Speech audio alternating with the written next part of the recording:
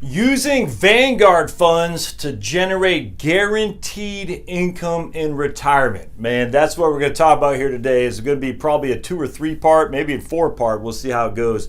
I cannot wait to share this one with you. Using Vanguard funds to generate guaranteed income in retirement. Oh man, it's going to be awesome. So subscribe down below, and of course thumbs up and comments always help me as well. So man, let's stay tuned. Hop on, buckle your seatbelt, because I don't know what the net result's going to be. I've done some preliminary data gathering and data mining, used some Excel spreadsheets and whatnot, but I've got enough to lay the foundation, which is what we're going to talk about here. But then the end result, it'll be, I don't know what's going to be. It'll be interesting to find out, so stick with me. All right, so the premise is we're going to use VASGS. Oops, I almost fell. The Vanguard Life Strategy Growth Fund is our proxy, and that's always the proxy you should use if you have any kind of moderately aggressive portfolio. VASGX is about a 70-30 stock to bond mix. Only has 4 funds in there, my friends. It's got the Vanguard International Index Fund, Vanguard Total Stock Market Index Fund. It's got the Vanguard International Bond Index Fund and the Vanguard Total Bond Index. So it is, you cannot get any less glamorous than this guy right here. I think it's 11 bips, 11 basis points is the fee, so it's basically 1/10 of 1%. So I mean, it's absolutely the best fund you should use for your proxy. Should you invest in it? I don't know. Literally, I do not know. It's not a recommendation. I cannot stress enough, I do not make recommendations via YouTube for individual investing, because that'd be silly. I don't know your situation, but you know I like it. And that's what we're going to use for our proxy. So this fund was founded in September of 1994. It's averaged 7.85% a year since 1994. So if you've had this, you would have made double your money every 7.5 years or so. All right, so if you had $100,000 in there, you can figure that out.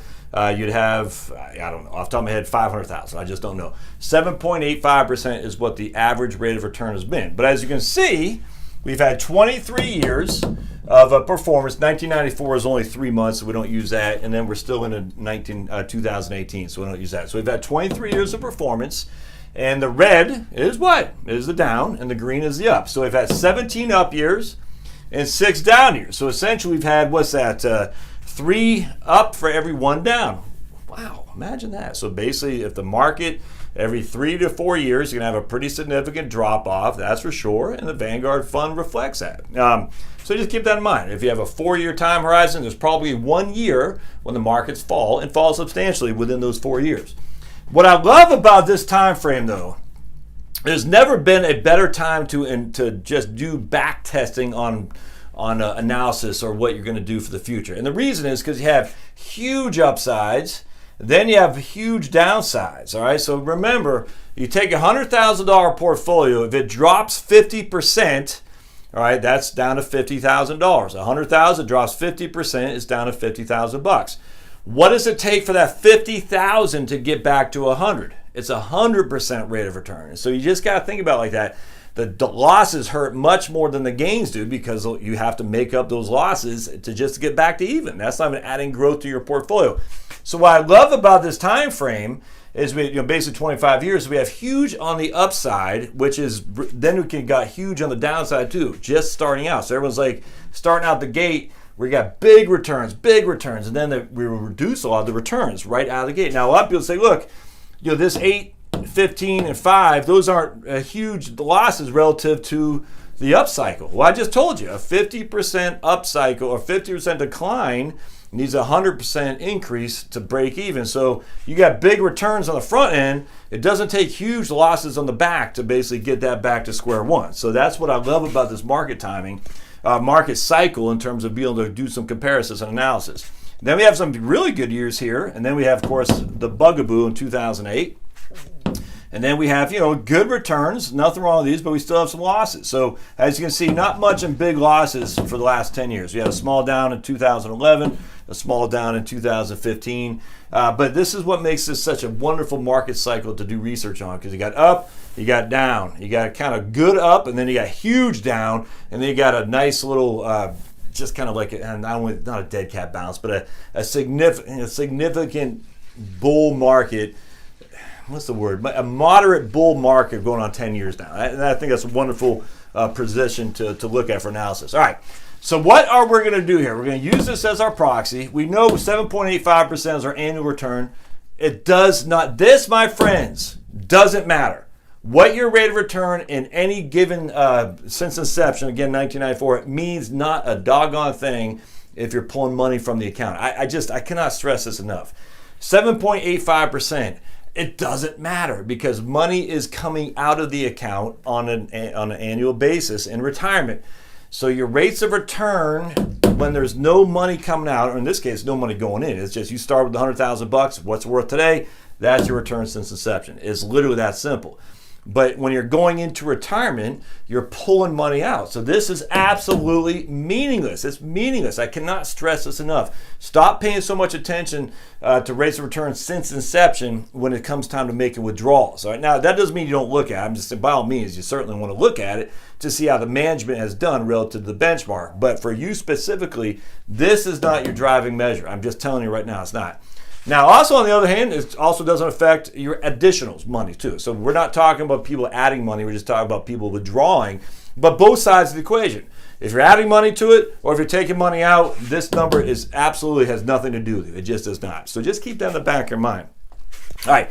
So what we're going to do here is we're going to take the Vanguard Life Strategy Fund and we're going to start with $100,000. And every time we get a green, we're going to take the gains off the table and put it into an income annuity. Every year there is a green, we're going to take the gains off and put it into an income annuity. All right. Every year there's a red, we're not touching it. We're not going to do anything. So every year we have a green, we're going to take our gains and put it into an income annuity. Every year there's a red, we're not doing anything. And we're going to do that for the 23 years we have. That's the first premise. Part two is then we're going to take $100,000 into this fund and we're going to pull 5% a year off each and every year, 5% a year. And so we're going to see from an income perspective and an end of portfolio perspective what we're looking at. Now, I can tell you right now, it doesn't take rocket science to realize, if every year we're pulling off the amount that is worth more than $100,000, we're going back to $100,000, the net result of the first scenario will be $100,000. Why? Because every year, like in this case, we're up $29,000. We're going to pull $29,000 and we're back into $100,000. The following year, we're up $15,000. We're going to pull $15,000 and we're back to $100,000.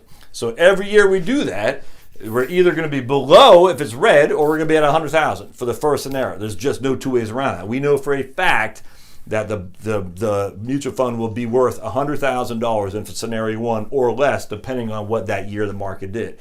It's almost like we're creating I hate to say it, almost like we're creating our own bond, essentially. Because remember, a bond, you start with $100,000, you get 5% a year in income, a coupon, you get $5,000 a year of income, so you end with $100,000. But the nice thing about this, though, is that a bond, you're losing rapidly as inflation. So it's like a step ladder, stair step going down.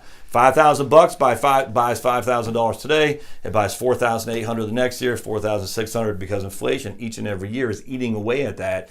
Well, the converse is happening here. We're essentially creating our own inflation-adjusted bond.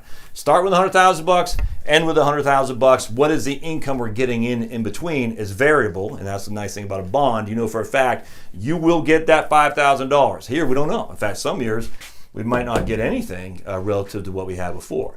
Now, with part one still, what we're going to do, we're going to say, okay, so we have $29,000. We're going to take an income annuity, and we're going to pay it as a payout ratio of 5%. So a couple things going on here. The older you get, the higher the payout ratio will be. All right, so we're going to use 5% just flat. So let me just give you an example. We got $29,000 here, and that would pay us. So again, we start with $100,000. We got $29,000 as our gain. And that will pay us as a 5% payout ratio, $1,450 a year. So we divide that by 12. So every month we're going to get $120 for the rest of our lives off this guy right here. We know that for a fact. Every month for the rest of our lives, we're going to get $120.83 a month. The following year it will be less. The following year will be less. But we add those income distributions up each and every year because that $120 is for the rest of our life. Let's say this is $80, that's for the rest of our lives. So you take those two together and we're getting $200 a month by annuitizing the gains. Now we come down to red, we're only getting these. And I'll show you when we do the example here in just a second. So that's part one. Now, if you're 60 to 65 or so and you're married filing jointly, your initial payout rate will probably be 4.5%, I think, if you're going to do a 100% joint and life survivor annuity. Probably about 100%, probably about 4.5%, maybe 5%. So we might be a little bit on the high on the front end, really depends on your age. And it still might be a little bit low too, I just don't know. But I'm just going to use a 5% flat payout rate. But remember, now if we're 60 here and we're, what's that, 80 here, the payout rate certainly isn't 5%. Now it's 5.5 to 6. So we're just going to use a 5%. And I don't think anyone should have an issue with that. Like, oh, you're cherry picking. I don't know what the answer is going to look like. I don't know. So I just want to use that flat 5% payout rate. It might not look good. It might look good. I don't know. What else was I going to say on that? So, then we're going to add all those payments each and every year. All right. So that's how that's going to work. And just remember, on an income annuity, once you do it, you can't undo it. You have a 30 to 45 day free look period, and then it's irrevocable. Once you do it, you cannot, it's an irrevocable contract. I think USAA offered yet a couple times where you can take a portion out for an emergency. I don't know the liquidity ability on income annuities anymore. If I'm looking at you thinking about this for your own strategy, I would go in there assuming that you can't get it, you can't irrevoke it, or revoke it, I should say. It's irrevocable. If I were you, I'd go in there assuming it can't be touched in the future. And the reason for that is because the more liquidity they allow you to have on the income annuity, the less restraints essentially on you getting your principal, the less of an income stream they're going to pay you. And that defeats the purpose. We want this guaranteed income for the rest of our lives. And so we want to make sure that we don't have a lot of liberal opportunities to access it. We want to be very, very straight. It's very illiquid at that point. So you got to keep that in mind, though. The minute you annuitize that $29,000 here, you cannot not do it. What we're going to assume here. All right. And so secondly, just revisit. We're going to do $100,000. And we're just going to do an old-fashioned 5% each and every year and take it out and see what we're looking at. We're not going to include taxes here. Don't care about that at this stage. Obviously, taxes do it means something. Here, though, I'm just looking at the gross income we can generate from both the portfolios and how much will be left in the residual portfolios after we die here, was at 23 years hence. My inclination is that the first portfolio will have $100,000. In fact, I can almost guarantee you that. My second portfolio, it will probably be worth more, simply because we have 17 up years and we only have 6 down. And so my inclination is that the second portfolio, we're just pulling 5% a year, each and every year, is going to have more of a residual value because we're allowing some of the assets to accumulate and to compound, all right? So my inclination is that's going to be the case, but I just don't know. We shall see, and that will be the interesting thing. So if I was a betting man, I would say we have $100,000 guaranteed in portfolio 1, and we have something in portfolio 2, but I bet it'd be worth more than $100,000. In fact, I would be stunned if it weren't. But how much income was portfolio 1 generating to portfolio 2? And literally, I have no idea. So we're going to dive into this. All right. So stay tuned. We'll put part 2 up on the board here, and I think you'll like this. So let's see what we find out. Thanks, guys. And don't forget to subscribe. Thanks, guys.